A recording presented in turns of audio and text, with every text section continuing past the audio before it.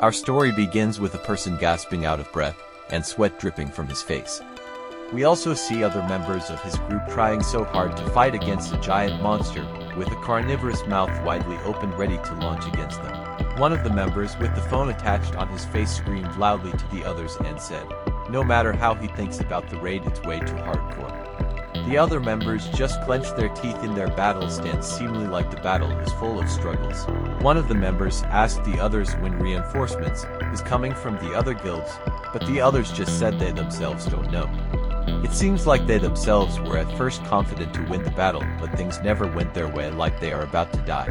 Out of the blue, someone emitting a reddish aura with a confident and steady voice said, "Everyone step back." They were a bit confused and stared bluntly at him. Within a second, a stream of violent red arrows pierced through the monster they have been fighting and died instantly. Their jaws dropped, looking up at the man who killed the monster instantly. The one with a phone on his head as his mouth was widely open said to the others, "It's really him." With a happy and smiley face while adjusting his phone camera, spoke whether his viewers can what happening. At the moment it was the Hunter of Hunters, known as the Hunter Shinbok, that saved them in their battle struggle against the monster.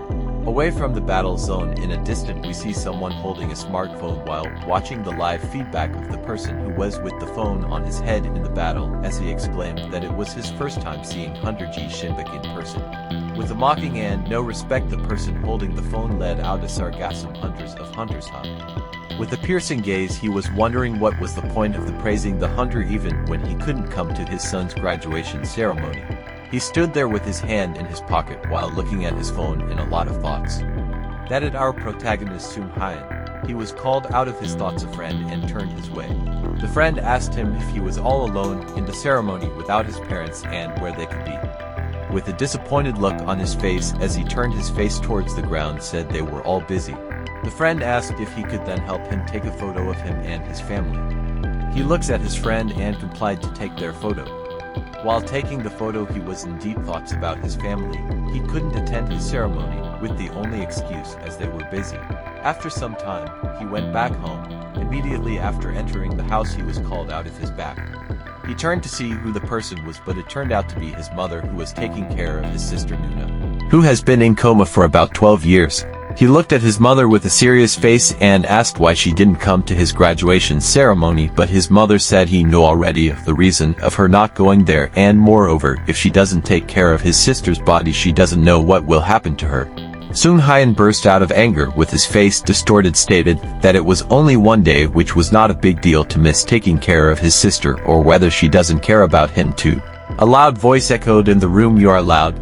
This voice pulled him out of his anger state and turned around, only to see a muscular figure standing behind him, his father Shinbok. This made him to tremble into a cold sweat and asked how his dad could even get home so fast, since he last saw him fighting a monster in a far area.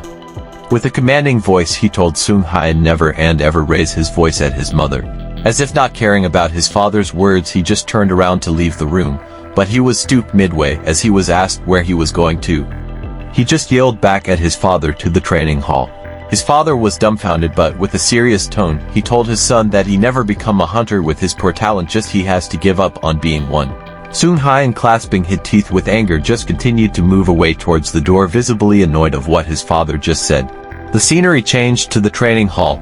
We see our protagonist with a serious and determined face powering up a strike with a wooden sword toward his trainers, who was also in a fight stance ready to block his attack. His trainer Lee Ji-young, who was an active hunter and also the owner of the training hall, was so surprised at the power our boy was putting on the sword as he was blocking it that it was too intense that before. But our boy was unfazed and he was too serious to even give up, as his father said. Only this gave him more confidence to become stronger. Lee launched his feet ready to make an attack and deflected Sung Hyun's sword away from himself.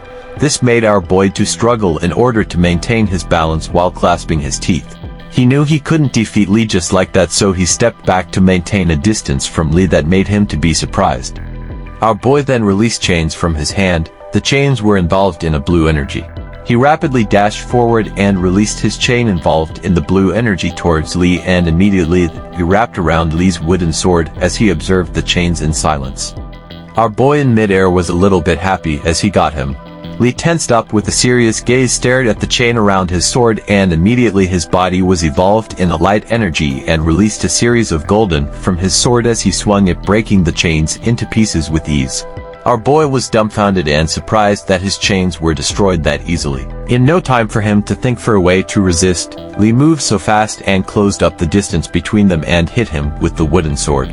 Lee stood up straight with his sword on his back and admired his strategy, which could have worked, but our boy's chains were so weak. As he looked at him lying down on the floor defeated, Lee added on that he just has to stop using his power. This made our boy frustrated as he lied on the floor. Sometime later on at a food center, Lee consoled our boy not to be angry about the defeat and his words. He is even treating him for a meal. But our boy was not moved at all, as he said it doesn't feel great to eat at the expense of someone who's short of money himself. This made him feel angered. Our boy just wanted more training, not food. But Lee can't believe as he looked at him with a dumb face and said he would just upset his stomach. He continued and said his academy entrance exams were already over, so he has to take a break until the results were back. But our boy shouted loudly and angrily that won't do, as he squeezed the chopsticks with his hand and said that the other competitors have multiple abilities and others were Ritterines. They have insane strength and others even shoot fireballs. With a worried face, his lousy abilities were not as good as the others, so he had no way of becoming a hunter. He sobbed as his face was facing down the table. He spoke that if he wants his father to acknowledge him, he just has to practice more and not to rest at home. Lee just stared him bluntly, not knowing what to say, but let out that he needs the rest at home. But our boy was just trembling as he clasped his teeth, looking so depressed since at home it wasn't peaceful to stay in. Lee explained to him, as he also seems to have some sorrowful memories that home and family where there is peace, but if he's no longer comfortable there, he won't have elsewhere to go when he's having a hard time. The rain stormed down after some time as we see a reporter saying that it has been over 100 years since monsters showed up in our world disguising themselves as human. Our boy listened as the rain was falling down at the voice of the reporter. The reporter continued that the monster claimed to be Ritterines who came from otherworldly dimension and deceiving the people that this world was theirs. The reporter spoke confidently that let tell the monsters that this world is not theirs but ours. The memories of our boy flooded his mind, that of his mother taking care of his sister Nuna and that of Lee when he said the home and family is the place with most peace. We are brought back from his memories as the reporter continued that the monsters should go back to hell where they are coming from.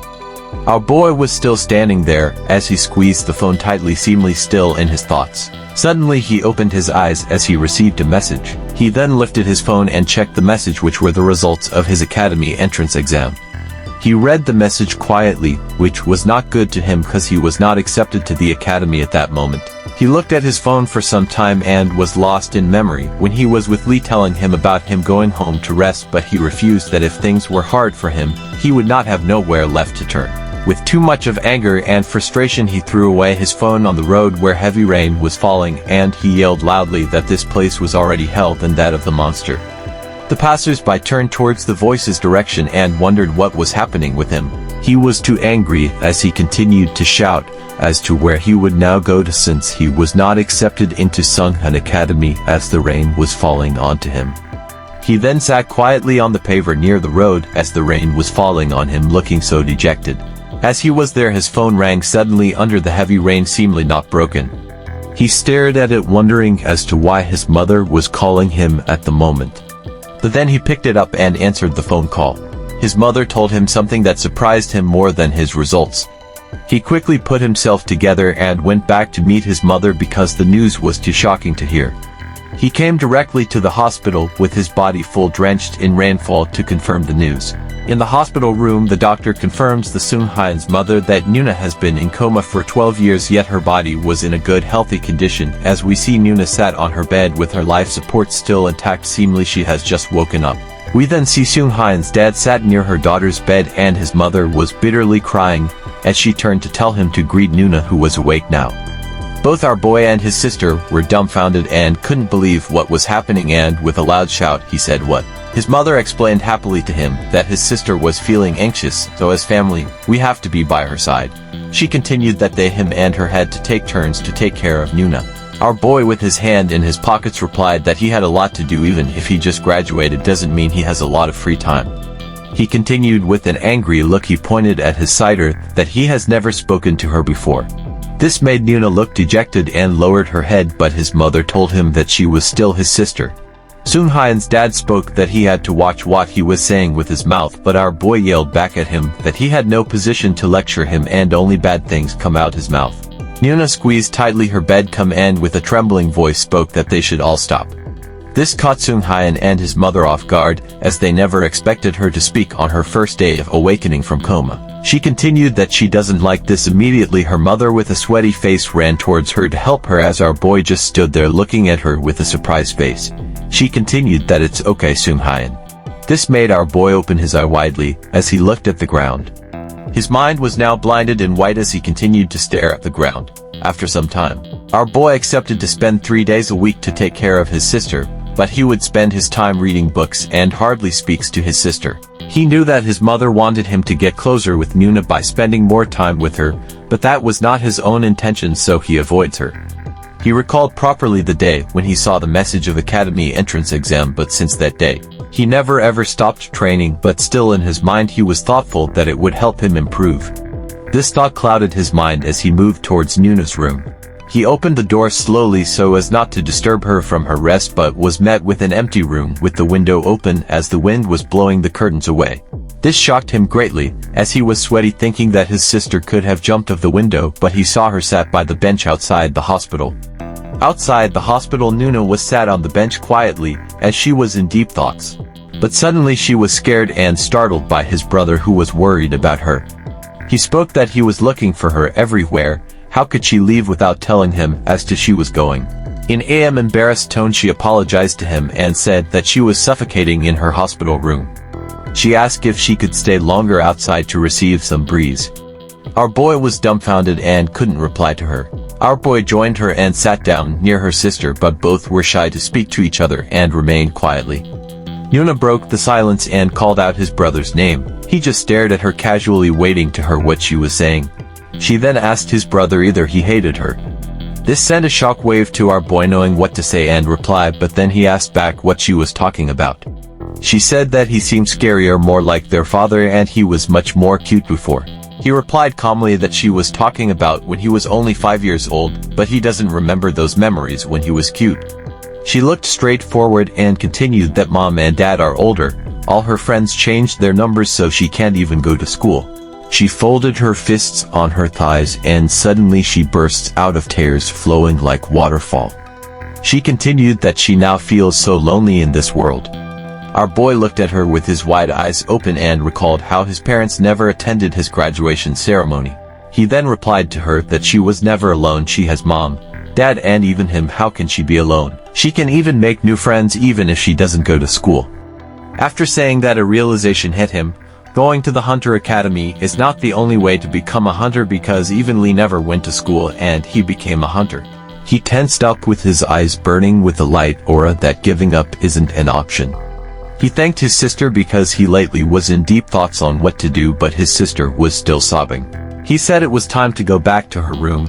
With curiosity then he asked how did she come outside without her wheelchair, but without completely his question he saw a bright flicking light on his side, so he turned his eyes to see what was happening there. He then saw his sister floating up with her body and surrounding covered up with bright, flicking lights like the stars. He asked his sister what's that. She was a little surprised but replied that while she was asleep, she went to the otherworldly dimension of the fairy and learned what she was doing there. Our boy was surprised and opened his widely, and his thought went back in time. The time of the reporter talking about the returnees and that of his dad criticizing him of his poor talent. Nuna just flew away elegantly with lights flickers near her to her room, leaving our boy still on the bench deep in his thoughts. That's it today from Fivify. If you enjoyed this video, don't forget to like, subscribe and hit the bell icon so that you won't miss an update. Stay awesome and I will see you in the next one.